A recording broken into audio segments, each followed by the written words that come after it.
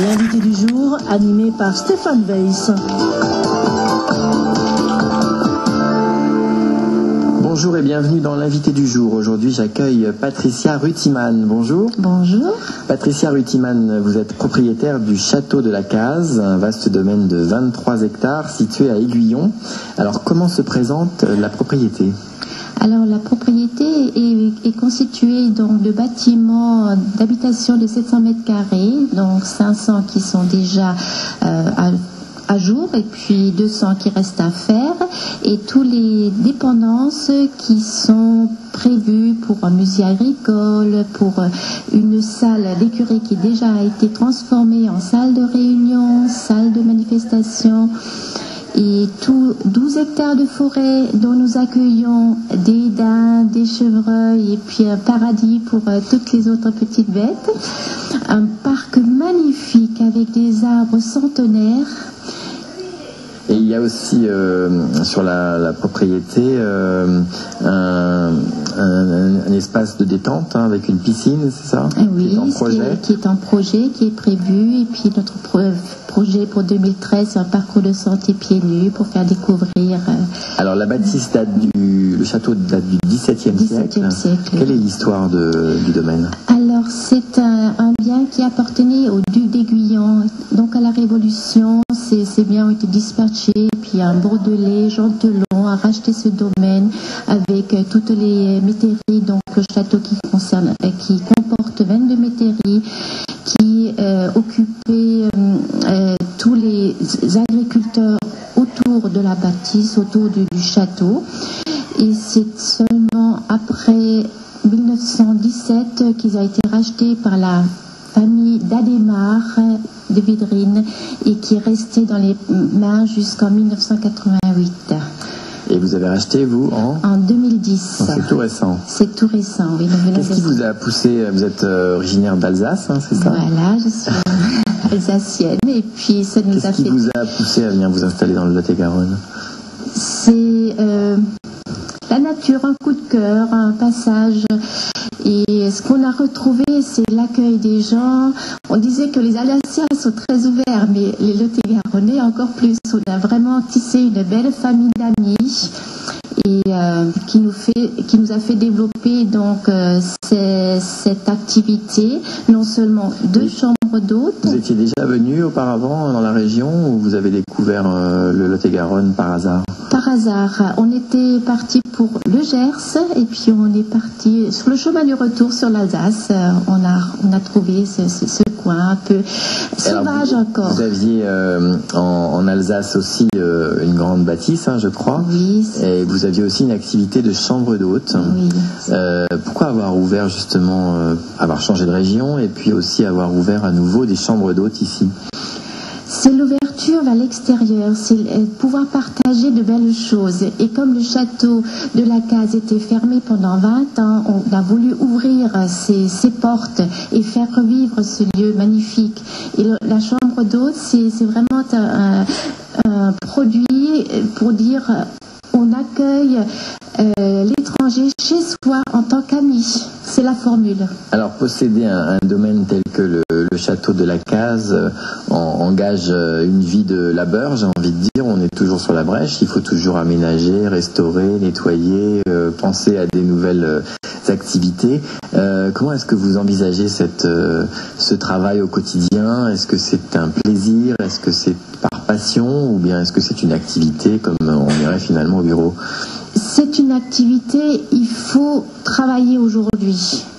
Mais le plaisir de pouvoir partager, c'est de faire connaître aux gens, de donner. Et de tous les jours, le travail, c'est le plaisir quand les gens repartent, la satisfaction, le sourire, le remerciement d'une chose qui fait en sorte qu'on se lève le matin, qu'est-ce qu'on peut proposer de nouveau.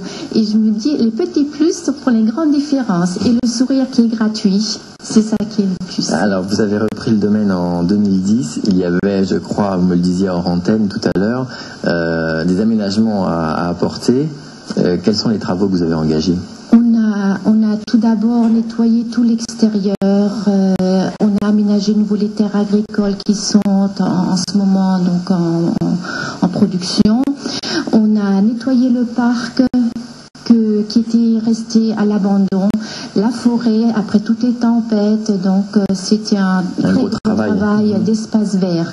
Après, on a commencé à aménager les dépendances, à proposer donc des garages fermés, à transformer les bâtiments qui étaient vides en salles de réception. Les prochains sont des salles pour les pèlerins, comme déjà au Moyen-Âge, les pèlerins passaient par Aiguillon, donc on a un point du chemin de Compostelle de Nicole, donc on va faire une maison des pèlerins qui est aussi prévue prochainement. Donc ça a été les travaux, surtout l'extérieur en fait. L'extérieur. Le château en lui-même était relativement habitable. Habitable, mais n'était pas en fonctionnalité des chambres d'hôtes. Comme on voulait ouvrir au public, il faut mettre à disposition certaines prestations. Et il reste toute l'aile gauche à faire.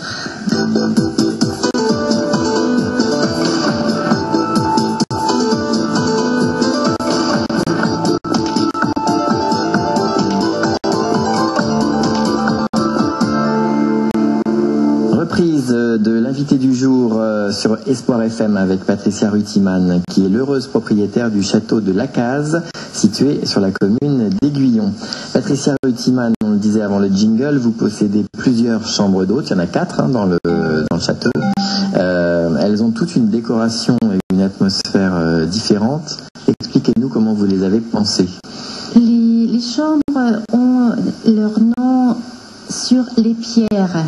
Donc la chambre, la topaze impériale, qui est la suite nuptiale pour les mariés, qui est donc de couleur jaune, donc qui fait le plexus solaire.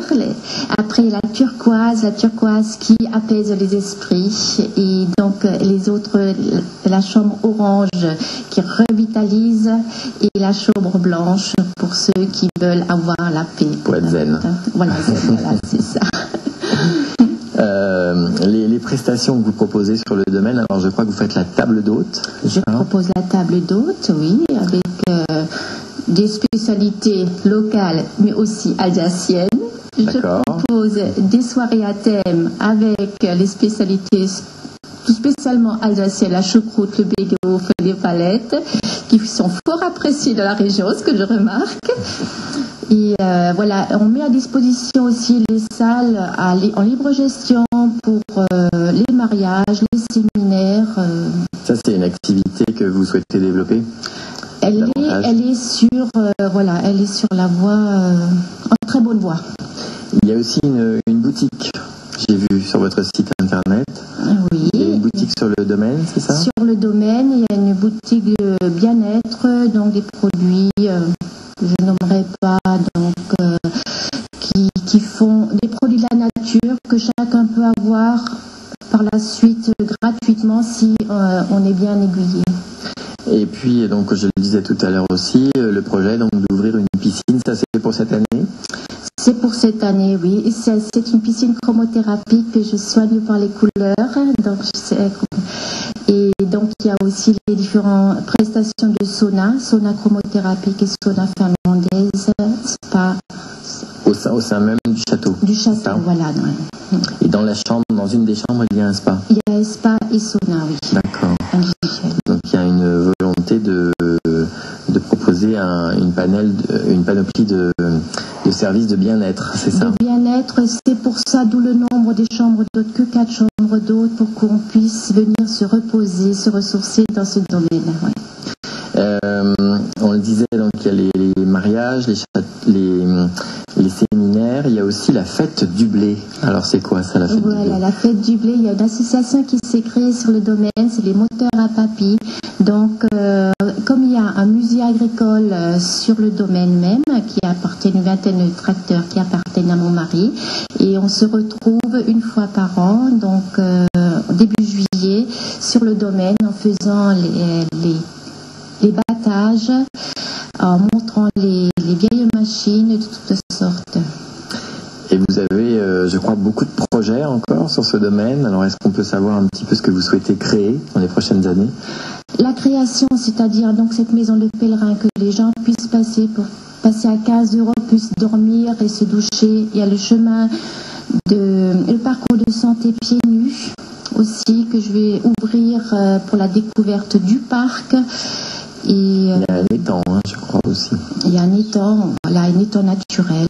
C'était déjà sur la propriété. Ouais. Voilà, donc j'invite les auditeurs à aller vous rendre visite.